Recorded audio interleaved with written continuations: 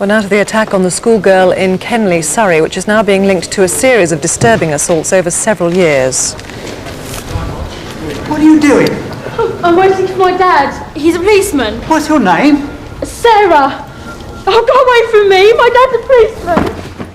Brian Younger, huge wad of responses to your right there. Yes, over 170 calls into the studio and over 100 to my own instant room. Interesting leads, do you know so far? Yes, some very interesting ones, especially people described as having a limp, which could mean that they do have a scar. Obviously, they may not have seen the scar, and yes, it's going to be useful. Remind us again about the man you want to catch. Right, he's 45 to 50 years of age. He's about 5'10" to 6'2" inches tall, slim build with grey scruffy hair.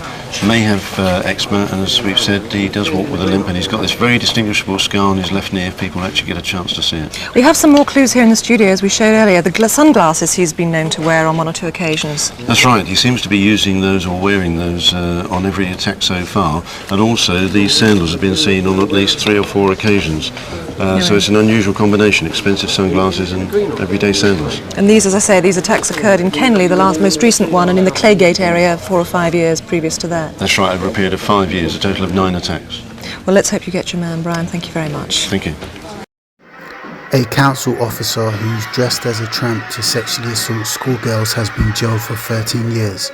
Father of 2, Anthony De Bolsi, 58, attacked his victims at beauty spots in South London and Surrey. He admitted sexually assaulting 6 girls aged 13 to 16 between 1989 and 1996, but claims his behaviour was linked to his diabetes medication.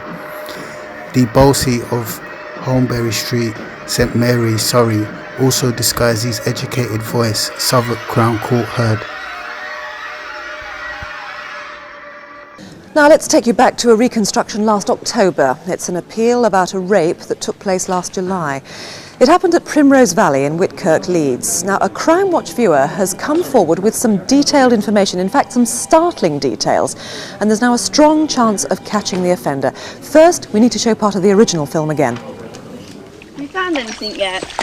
No, not yet. I can't see anything in this dirty water. My daughter and my son, I know. they were like any other kids, fighting over silly things.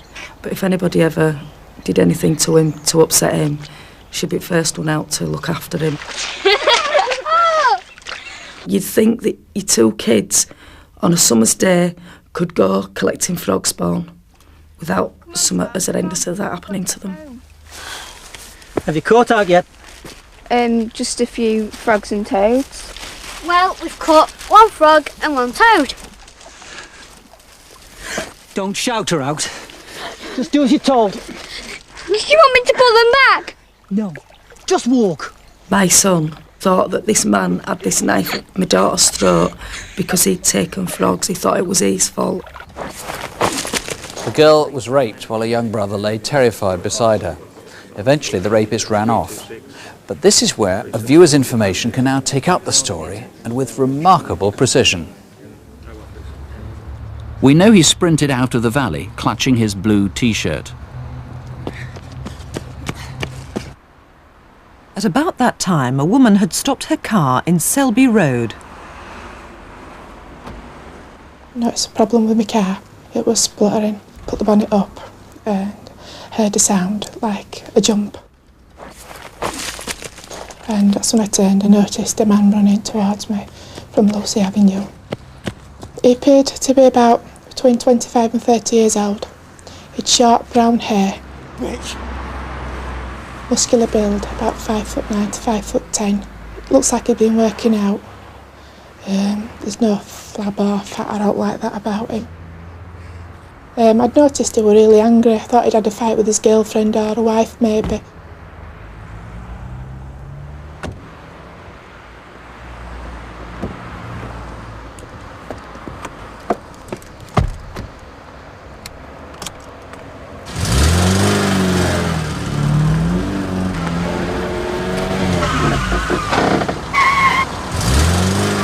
You stupid idiot!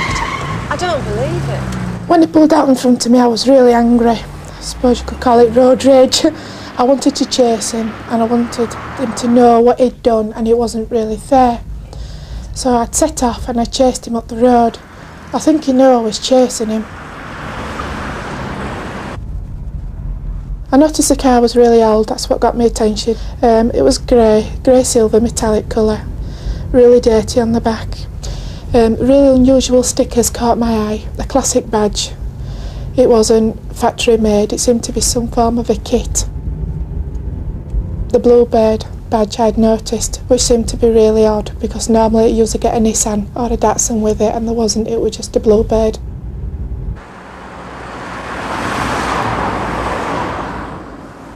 The light struck me as being really big, bold and square. They went all the way across the car, except they were separated by the number plate. The bumper was old and black with caps on the end. I'd also noticed this tow bar. It seemed to be loose. It had a black cover over it. I was thinking to myself, well, what am I going to do if I catch him? What am I going to say? I was really fearful that he might hit me if I do catch him. He seemed pretty angry at that point, so I didn't really want to harass him anymore. And I gave up chasing Temple Avenue. So, who is he? Who do you know in or around Leeds who had a car like that last summer?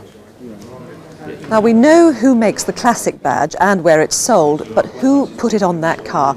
We think the car is perhaps 10 to 20 years old and made between 1979 and 1986.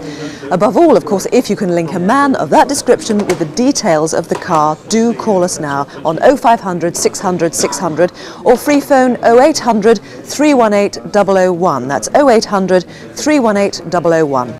Rapist caught by DNA given life. A 55-year-old man whose DNA linked into 2 sex attacks committed 9 years apart has been jailed for life. David Newton raped a 16-year-old girl at knife point in Holton area of Leeds in 1997. Then in June 2006, he tried to rape a 52-year-old woman as she walked her dog in Eichey Moor and left her for dead. Newton of Nottinghamley admitted rape, attempted murder and attempted rape at Bradford Crown Court. He will serve at least 12 years in prison. He also pled guilty to the false imprisonment of the teenage girl's 11-year-old brother, sentencing him at Leeds Crown Court. Mr. Justice McCobe described the attacks as horrific. There's been a spate of child attacks during the summer, tragic cases all across the country. Tonight we cover 4 of them. Now, in fact, most are unconnected. It's just a sad coincidence the headlines all seem to come together. You may be surprised to know that the rate of child murder by strangers has remained pretty much stable since the Second World War, at an average of about 5 a year. Even so, when a child is attacked, it naturally provokes a special sense of outrage, apart from which there's a real risk the offender will strike again. So tonight we've been asked to appeal on 2 linked cases which were among the summer headlines and which are still unsolved. These were abductions in which, mercifully, the children survived. Both occurred on Tyneside, one on Thursday the 4th of May and one on Monday the 4th of September. We've put together all the clues into a Crimewatch jigsaw. In the next few minutes, we hope viewers will supply the missing pieces. First, though, we need witnesses. This is the Moulton Place shopping centre in Blakelaw, Newcastle. On Thursday evening, the 4th of May, a man spoke to a 5-year-old girl here on the pavement. He was tall, slim, with short black hair, wearing dark trousers and, we think, a blue shirt. He said to the girl, "Will you come and look for my dog?" She walked with him towards a white car parked here, and then he pushed her into it. The child was sexually assaulted and later abandoned. That car was possibly a 4-door saloon type with a scrape on the front door. Almost certainly the same man abducted another child on Monday the 4th of September. This is 1.5 miles away from Blakelaw in the Arthur's Hill area of Newcastle. At about 5 p.m. a man was seen here in Prospect Place and again in Clarewood Green. People thought he looked a bit suspicious, so maybe you remember him. He was 35 to 45, average height, medium to heavy build, with thick, dark, untidy hair. He was wearing a distinctive lumberjack shirt with large grey and white checks and dark, flared, dirty trousers. By 6:10, he'd moved across Stanhope Street into the New Mills estate. At 7 o'clock, he was seen hanging around the Moorside School playing field. At 7:05, he'd moved further round the path to here. and by 7:30 he was in Darnall Place, where he was seen with a 4-year-old girl. That child was abducted and sexually assaulted. The child remembers he had a car. Both children were driven 40 miles to Darlington. Now, he seems to have had access to a house or flat in the town. Maybe he lives there or perhaps has relatives there.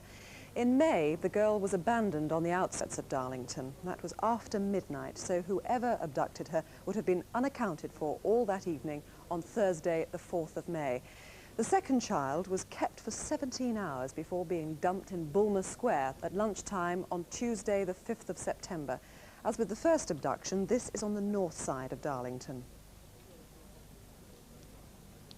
If you have any suspicions, even if it's someone close to home, please call. We can't let these terrible crimes happen again. Officers on the case are here, 0500 600 600. There's the number. We have 40 lines here to the studio, and the call will cost you nothing. 0500 600 600. Paedophile David Bryant, jailed for 16 years. A man who carried out sex attacks on 4 young girls in the 1980s and 1990s has been jailed for 16 years.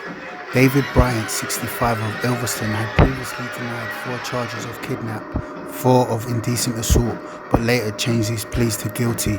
The children aged between 2 and 5 were taken in Hampshire in 1982 and 1983, and in Newcastle in 1995. Bryant previously got 17 years jail term, but it dropped to 16 years after an error was made in the court. He was caught when 30-year-old DNA evidence was retested, the court was told.